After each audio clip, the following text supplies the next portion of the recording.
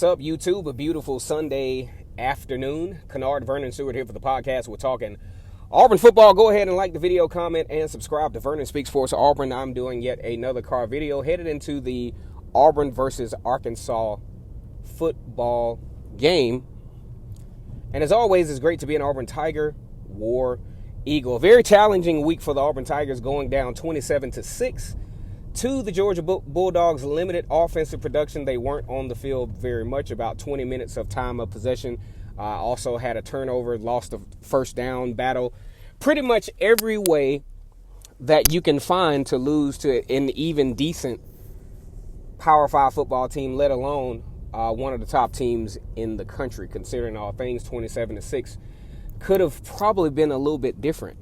But either way, as we go into this particular football game, I look at the post-game interview from Bo Nix. These are some of my thoughts. Bo Nix did show some signs of disappointment in himself and some of his teammates. He did point out some bright spots, though, and that's a bright spot that most of us saw with Tank Bigsby. Tank Bigsby really did what he could do to keep the team in the football game. He made some nice runs. He actually led in rushing, and crazy enough, he led in receiving. Now, talking about this, one of the things that I noticed even before this interview by Bo Nix is the fact that, one, Smoke Monday obviously out of the game because of a targeting penalty. Number two, it just seems like the presumed playmakers for the Auburn Tigers just did not play with any level of confidence. They played hard, but really didn't play with that moxie and with that belief that they had against Kentucky. Although not a perfect performance against Kentucky, but a lot of this stuff, guys, is just being confident. And I just didn't see, I saw a lot of dejection from some of the Auburn playmakers like KJ Britt, who seemed to be nursing an injury off and on throughout the football game. Seth Williams had some adversities and really just wasn't able to get himself fully involved in the football game to where he could be a difference maker. Owen Papo found himself out of position on a lot of plays. The secondary at times looked completely lost, especially with Jalen Simpson not in there and Smoke Monday not in there. Really a huge loss for the Auburn secondary. So I will tell you this, going into a game like Arkansas, now I think Auburn has the better roster. I think Auburn overall has the better team, has the better opportunity here.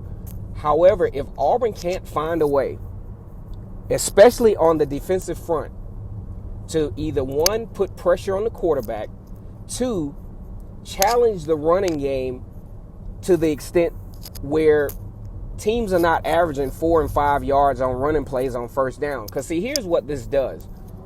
When you have a quarterback, no matter what level of confidence he is, if you're on average going into second down in a favorable situation like 2nd and 4, anything other than 2nd and 6, then that gives you a lot of confidence. That gives your offensive coordinator a lot of options. And that's where Auburn has been for the past few weeks. The teams have been winning the battle on first down against Auburn's defense. And guess what that does long term? Even if the team doesn't score, it puts your offense in a very adverse position. At this point, I really don't know what the offense can do. I really don't know what the offense can do because the game plan is having to be abandoned because of the challenges on defense. Field position. Auburn is not getting a lot of help with the field position game. I'm not blaming the defense because that's what a lot of you guys were talking about last night. No, we're not blaming the defense. We're just calling a spade a spade. If your defense is allowing teams to average 4 and 5 yards on first down, that's going to put any team as a whole in an adverse position.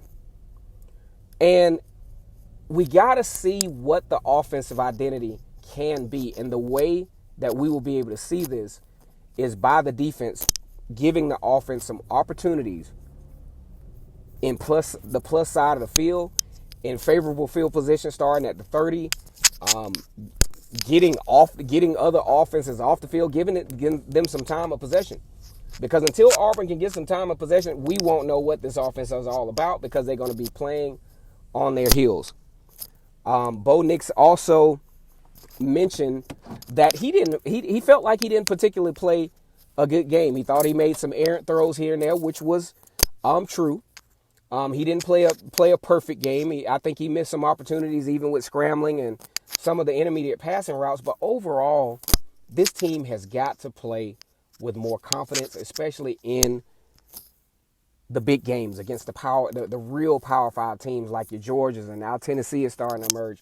They're going to have to find a level of confidence, and that starts this week against Arkansas. Gotta get a little bit more force at the line of scrimmage, because right now on both sides it's kind of abysmal right now. All right, guys, go ahead and like the video, comment, and subscribe. We got some more Arkansas coverage coming. Arkansas is a very good football team that had some success, especially in the first half against Georgia, pulling off the win against Mississippi State after Mississippi State upsets the incumbent national champions LSU. Go ahead and like this video, comment, and subscribe to Vernon Speaks Sports Auburn. I appreciate your support. Really enjoyed the live streams over the weekend. And as always, it's great to be an Auburn Tiger, War Eagle.